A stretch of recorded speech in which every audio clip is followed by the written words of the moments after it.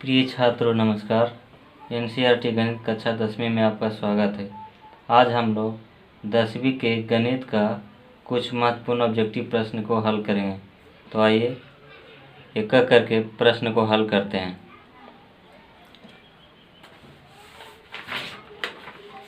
पहला प्रश्न, निम्न में कौन परिमेय संख्या है? तो जो रूट में रहता है वो हो जाता है परिमेय अपरिमेय संख्या। जो रूट से बाहर रहता है वो हो जाता है परिमेय संख्या। तो 2√2 को लिख सकते हैं इस तरह, इसे ही कैंसिल हो जाएगा तो सिर्फ 2 बचेगा। तो यहाँ पर परिमेय संख्या b हो जाएगा। आप लोग देख रहे हैं जो लाल से लिखा हुआ है वह आंसर है।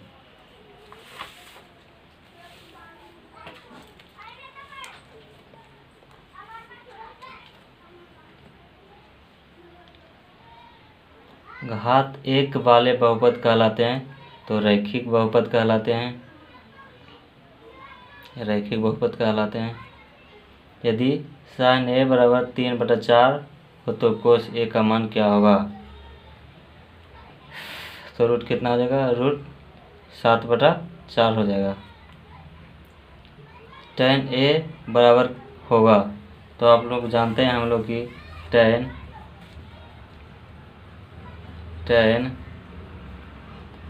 90 माइनस a बराबर होता है कोट में बदलता है। तो यहाँ हो जाएगा कोट 90 माइनस ये जो होता है tan में बदलता है। तो यहाँ पर क्या हो जाएगा?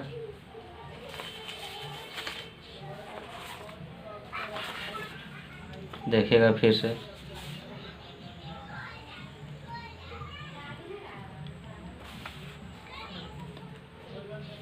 कोट 90 माइनस ए बराबर होता है tan a। तो कोट 90 माइनस ए बराबर क्या हो जाएगा? tan का पूछा तो क्या हो जाएगा? कोट 90 माइनस ए। किसी बिंदु की x अक्ष से दूरी उस बिंदु को कहा जाता है तो भुज कहा जाता है। x y जो होता है निर्देशांक, इसे भुज बोला जाता है और y को कोटि बोला जाता है। x को भुज और y को कोटि कहा जाता है। निम्न में से कौन वृत्त के क्षेत्रफल का सूत्र होता है?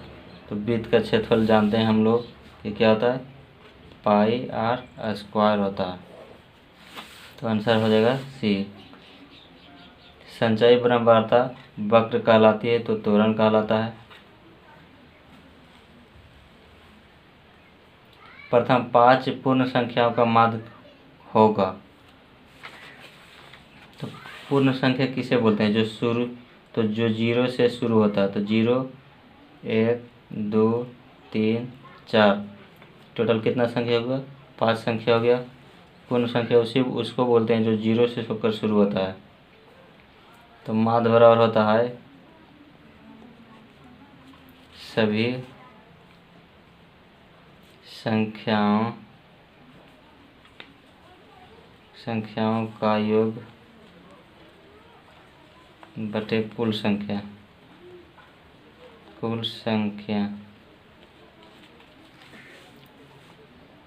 तो सभी संख्या हो जाएगा इतना, जोड़िए 0 + 1 + 2 + 3 + 4 बटे कितना संख्या? 5 संख्या। जोड़िए 4 3 7, 7 2 9 1 10 बराबर 10/5। तो काट देंगे 2 बराबर 2, इसलिए माध्य बराबर क्या हो जाएगा? 2 आंसर।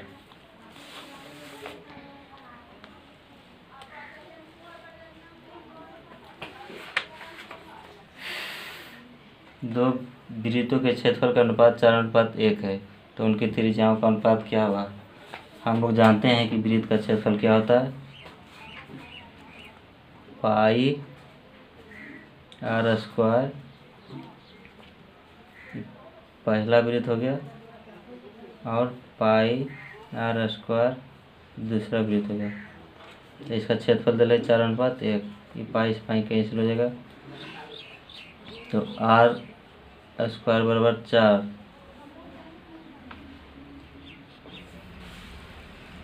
आर स्क्वायर बराबर 4, तो आर बराबर कितना हो जाएगा 4, तो आर बराबर हो जाएगा 2। ये हो गया। फिर आर स्क्वायर 2 बराबर क्या हो जाएगा 1, तो आर स्क्वायर बराबर क्या हो जाएगा √1, तो आर बराबर क्या हो जाएगा 1। इसलिए इसका तो जो अनुपात होगा 2:1 होगा। आंसर बी हो जाएगा।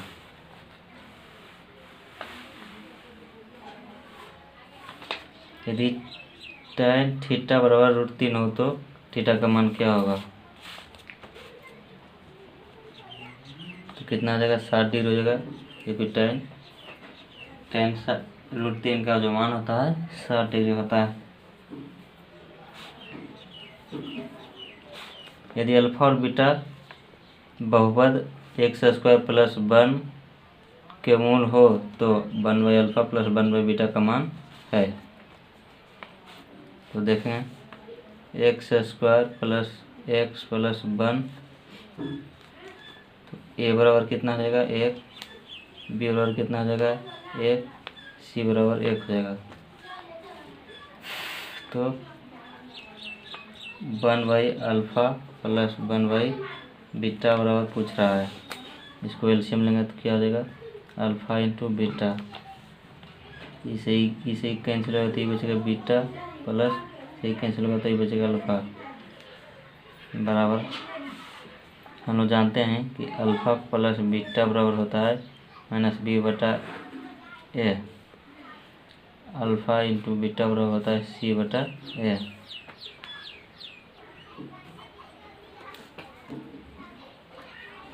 तो अल्फा प्लस बीटा कितना होता है -b/a,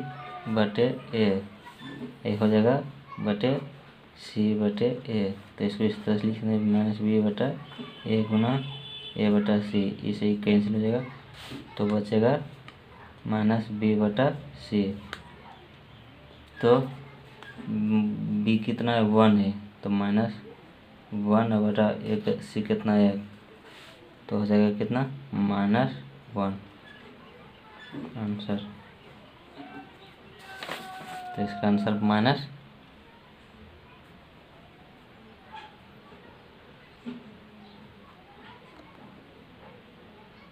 तो इसका आंसर -1 हो जाएगा।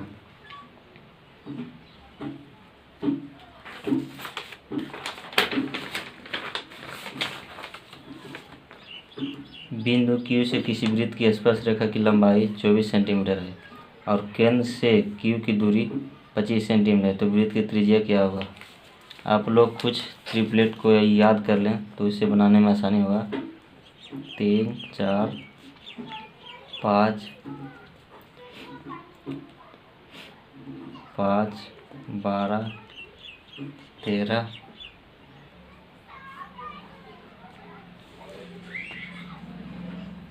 8, 15, 17, 7, 24, 25, 20, 21, 29। आप प्रश्न में देख रहे हैं कि कितना 24 और 25 दिया हुआ है, यानी कि 7, 24, 25, इस दोनों का जब दिया हुआ है तो आंसर क्या हो जाएगा 7 हो जाएगा। अगर जो ई दोनों दिया हो रहा था तो आंसर कितना होता 25 होता। अगर जो ई दोनों दिया होता तो आंसर कितना होता 24 हो जाता, लेकिन दिया हुआ क्या 24, 25, तो आंसर कितना हो जाएगा 7 हो जाएगा। तो यहाँ पर आंसर कितना हो जाएगा 7। बिंदु -4, 3 की स्थिति की पाद में है, तो आप लोग जानते हैं कि प्लस जो रहता है प्रथम पाद माइनस कॉमा प्लस जो रहता है द्वितीय पाद में रहता है, माइनस कॉमा माइनस जो रहता है तृतीय पाद में रहता है, और प्लस कॉमा माइनस जो रहता है चतुर्थ पाद में रहता है। तो पूछ रहा है माइनस और प्लस यानी कि -4 और +3 की, तो देखिए तो माइनस और प्लस कौन सा पाद में आएगा, तो द्वितीय पाद में आएगा, द्वितीय पाद। तो आंसर क्या होगा, दूसरा होगा।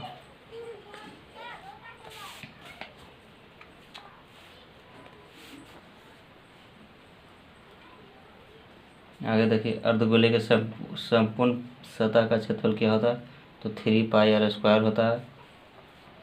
44 मीटर परिधि वाली वृत्त की त्रिज्या क्या होगा, तो वृत्त की परिधि जो होता है वृत्त की परिधि क्या होता है 2πr बराबर 44 सेंटीमीटर। इसको 2 × 22/7 × r बराबर 44 सेंटीमीटर, 5 × 44/7 r बराबर 44। इसे ही कैंसिल हो जाएगा, तो r बराबर कितना बचा, 7 मीटर। तो आंसर बी हो जाएगा।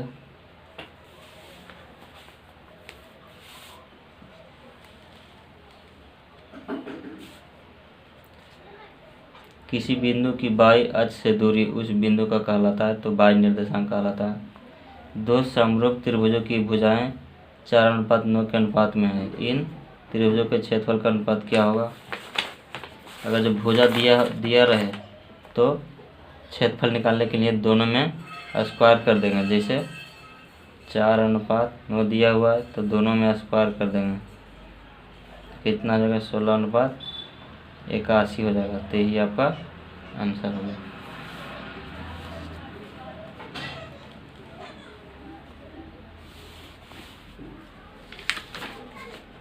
देख रहे हैं sec² थीटा -9 tan² थीटा, यानी 9 sec² थीटा -9 tan² थीटा बराबर क्या होता है, तो 9 sec² थीटा -9 tan² थीटा। इसमें 9 कॉमन ले लेते हैं, तो sec² थीटा tan² थीटा। और आप लोग जानते हैं कि sec² थीटा tan² थीटा बराबर 1 होता है, तो यहाँ पर 1 हो जाएगा। तो 9 × 1 बराबर 9, इसलिए 9 आंसर हो जाएगा। √2 है एक अपरिमेय संख्या है। दो परिमेय संख्याओं के बीच अधिकतम कितनी परिमेय संख्या हो सकती है, तो अनंत हो सकती है। दो समान कोणिक त्रिभुजों में उनकी संगत भुजाओं का अनुपात सदैव समान रहता है। किसने कहा था, तो थेल्स ने कहा था। यदि √2 cos थीटा बराबर 1 हो तो थीटा का मान क्या होगा, √22 नंबर में कर √2 cos थीटा बराबर 1, तो cos बराबर लिख सकते हैं इसको, cos थीटा बराबर 1/√2। तो 1/√2 कितना का मान होता है, तो 45 डिग्री का होता है। cos 45 का मान हो जाएगा।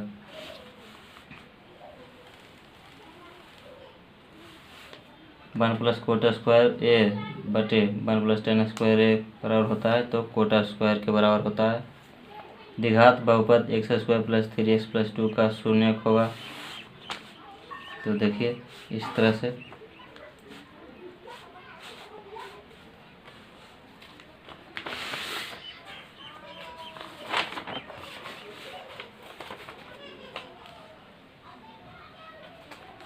आप देख सकते हैं x² + 3x + 2 का शून्य क्या होगा। तो इसे इस तरह से लिख सकते हैं x² + 2x + 1x + 2 बराबर 0। x कॉमन लेंगे तो x + 2 प्लस 1 कॉमन लेंगे तो x प्लस 2 बराबर 0, x plus 2 into x plus 1 बराबर 0। अब x प्लस 2 बराबर 0 तो x बराबर -2, x प्लस 1 बराबर 0 तो x बराबर -1, इसीलिए x बराबर -2, -1 होगा। तो आंसर आपका क्या हो जाएगा? आपका आंसर हो जाएगा डी। 3 4 0 3 4 5 3 का बहुलक होगा। तो जो बहुत बहुलक का रूल है, जो बहुत बार दिखाई दे उसे बहुलक कहते हैं। तो बहुत बार इसमें कौन दिखाई दे रहा है? 3, इसमें 3 बार है, तो आंसर कितना हो जाएगा? 3 हो जाएगा। सभी वर्ग होते हैं समरूप होते हैं, क्योंकि सभी वर्ग आपस में क्या होता है? बराबर होता है। किसी घटना की प्रयोक्ता नहीं होती तो माइनस में हमेशा प्रयोक्ता नहीं आता है, इसलिए -7 हो जाएगा आंसर। Thank you. अगर जो वीडियो अच्छी लगी हो तो लाइक एवं सब्सक्राइब करना ना भूलें।